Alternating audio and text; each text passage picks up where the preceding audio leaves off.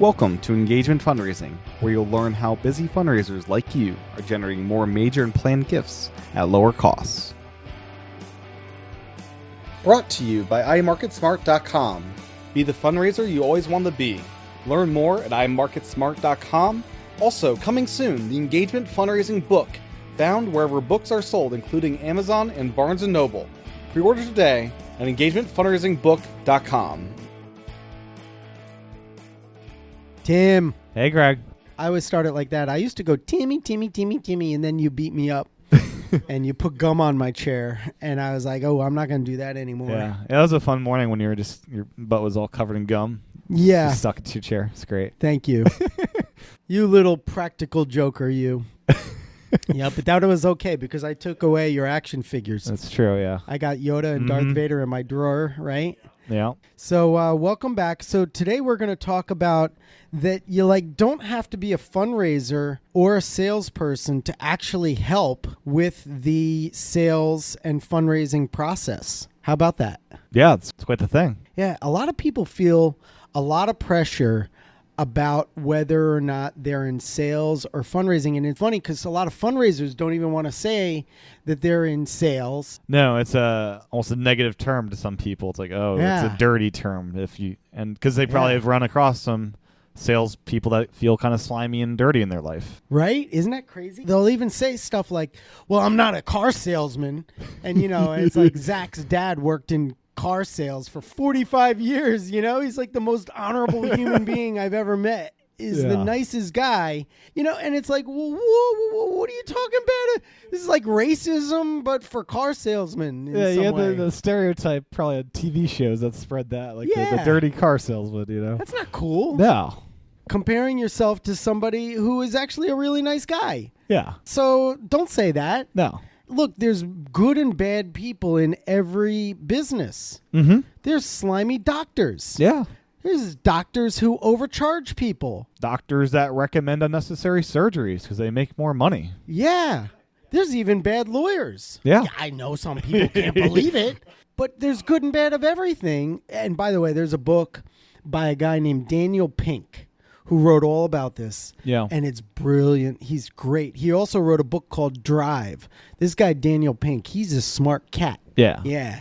He wrote a book called To Sell is Human. And he should have said To Fundraise is Human. Okay? Mm-hmm. Because there's a lot of people. I was meeting with an executive at, I don't do the fundraising.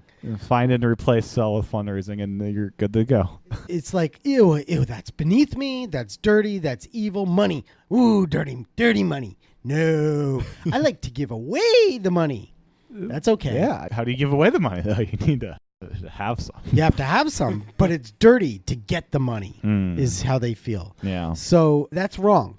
Okay, that is just wrong. In To Sell is Human, Daniel Pink talks about how we're all in sales.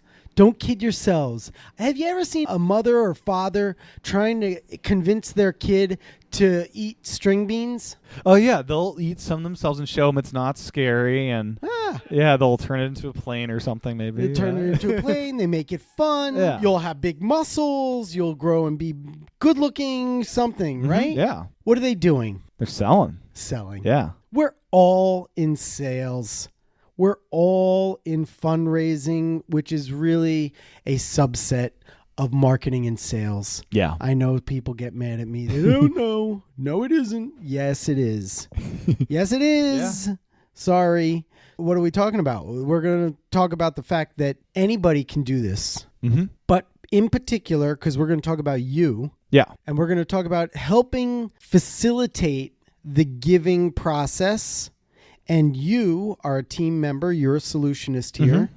And you help facilitate the buying process among potential buyers for MarketSmart. Yeah. Now, have you ever felt that you were a salesperson? No.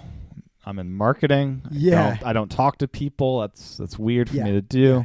Unless it's on a podcast. I can podcast all day, but no, I'm not calling people. No. It's not about cold calling either. No. Right? Now, interestingly though, so I'm asking you questions. I know the answers because but I'm interviewing you. Whoo. Ooh, the tables are turned. So you sit there at your desk and you do your podcast stuff and other duties. Yes. He said duties. I'm such a child. We're podcasting with a kindergarten.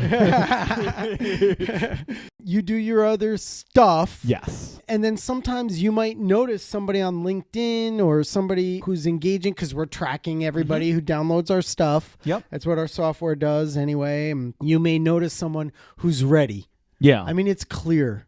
Yeah, and sometimes they'll just reply to we have automated emails. Automated emails, right? We'll have those go out as well. And people will reply to you. Yeah, they'll get replies. And they're replying to me because they think it's you. It's not a marketing email. It's from me, basically. It is from you. You approved it. You pre-wrote it. It is personalized based on the data that we've collected from that individual, that potential buyer, and her needs, his needs, wants, desires, pains, and our emails are personalized because of it.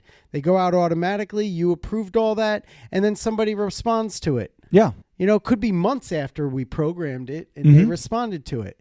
And then what do you do? It depends what it is, but recently I've gotten a couple that said, "Call me." It's like I don't know how to do that. Right. So what do? You look it up in the database. Yeah.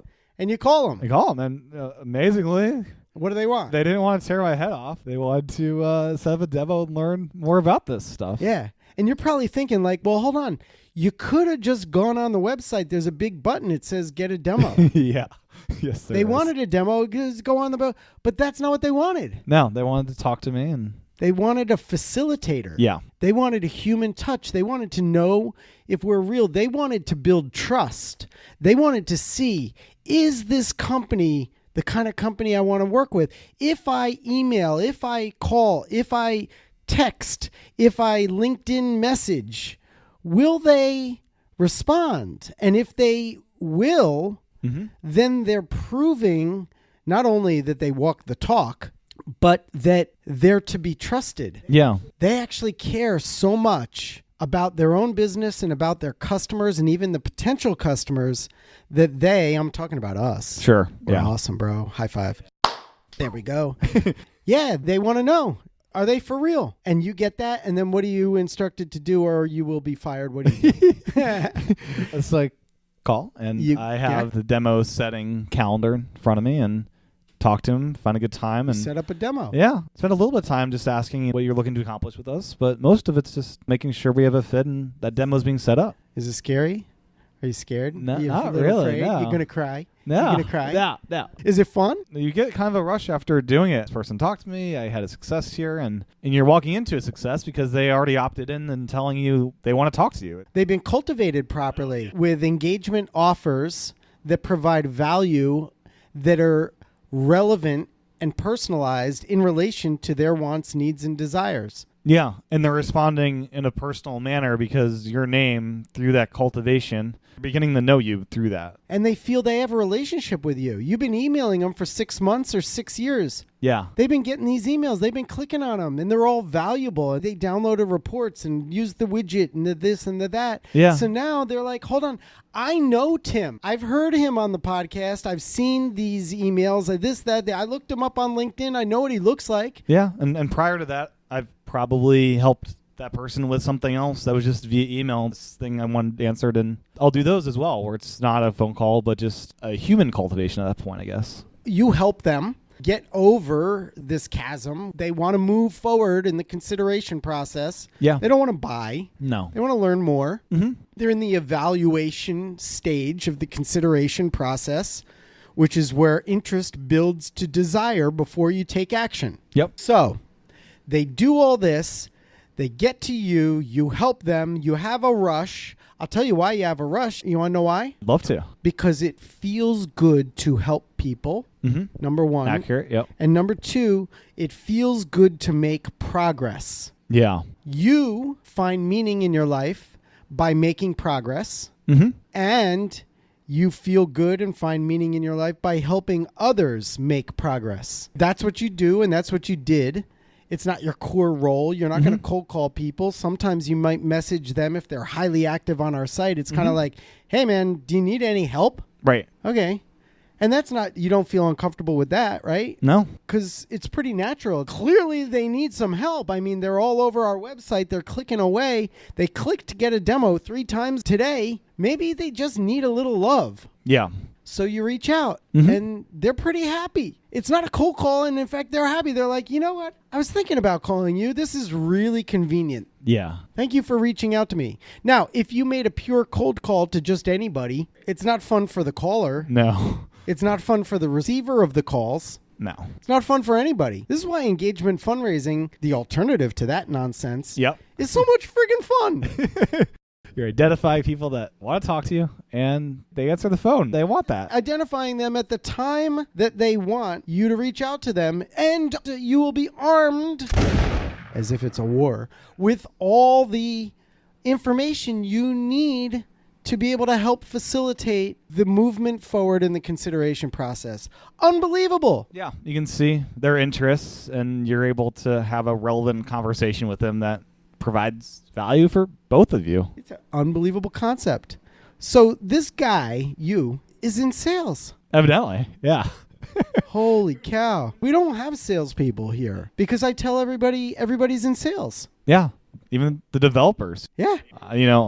I'm not that great at talking to people, but, developers, they're the least likely to seem like they were in sales, except one of them, Naresh, came up with a really great idea, and then he wanted the idea to be implemented. So he sent along one of these dancing GIFs of Michael Scott doing a little dance along with his demand. It wasn't a demand. Yeah, no. But he's trying to sell it. Yeah, which is brilliant. I love It it. was brilliant. Yeah.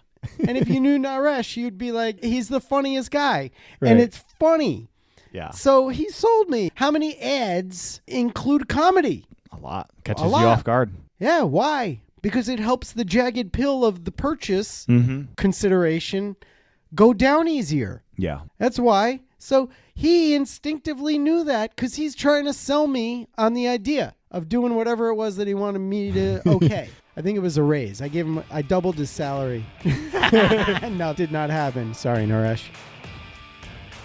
This episode is brought to you by us here at MarketSmart and the Engagement Fundraising book, releasing September 18th. The time has come. Feeling like your job is getting harder because donor expectations have changed and competition for the charitable dollar is growing? Finding that the old orthodoxies and conventions espoused by so-called experts in online echo chambers and at conferences don't work anymore? Want to help more people make an impact by facilitating their acts of philanthropy, but feel like too many obstacles keep getting in your way? Then this book is for you. Engagement Fundraising was developed from the perspective of a donor who discovered firsthand that the impersonal spray and pray approaches of his beloved charity were not only offensive, but also wasteful and ineffective. So he took action, and now you can too.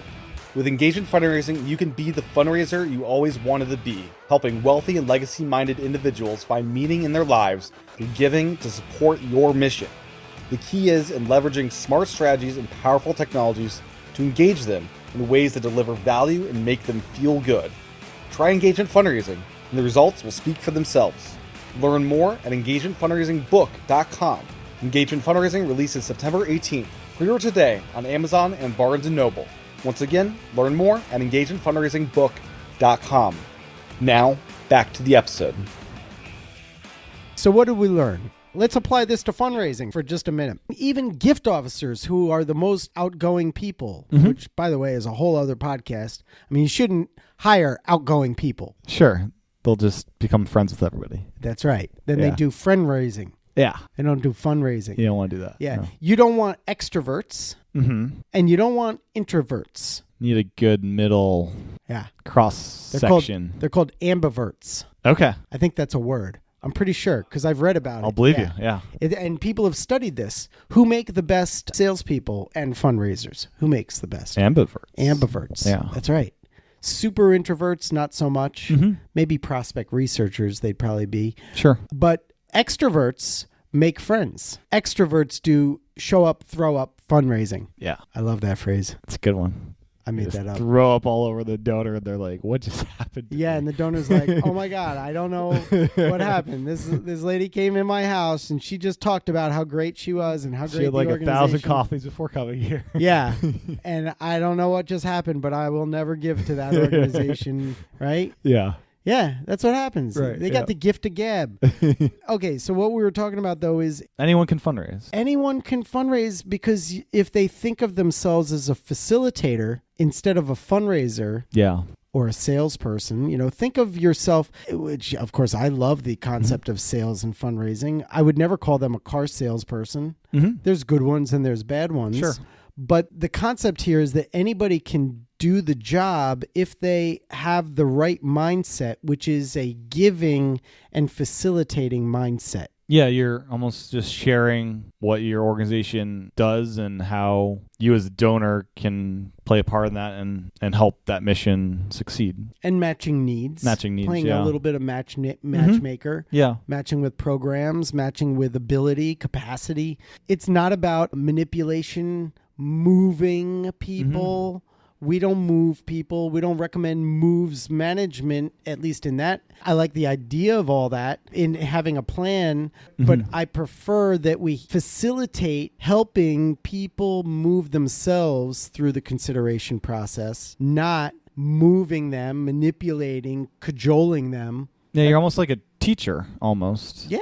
You're a helper, a coach, all those things. So if you put yourself in that mindset and then you provide value to people over a long period of time, recognizing that the consideration process is one that could take a while, and help people move themselves through the consideration process from awareness to interest to desire. And then when they're getting ready for action, if you make yourself available to facilitate the next step, to be of service, then it really comes quite naturally in both fundraising and in quote unquote sales, which is the part where you entered in. Yeah. So I guess what we're saying here today is change your mindset. Make sure that you think of yourself as a facilitator. Always look for ways that you can provide more value to the donor, to the supporter, because that way you're always making them happy, even if they don't give. Or even if they don't accept your offers. It's kind of like they're getting invited to the party. People usually don't get mad if they got invited to the party, even if they decide not to go. Think of yourself as just making the process easier. And when you reach out to people, your batting average will be a lot better if you reach out to people who have presented themselves as being at the right stage and the timing is right. And then you can have a more meaningful engagement, and the likelihood that they'll accept your outreach and move themselves forward with you helping is exponentially greater. And frankly, that's everything that we recommend that nonprofits and fundraisers do.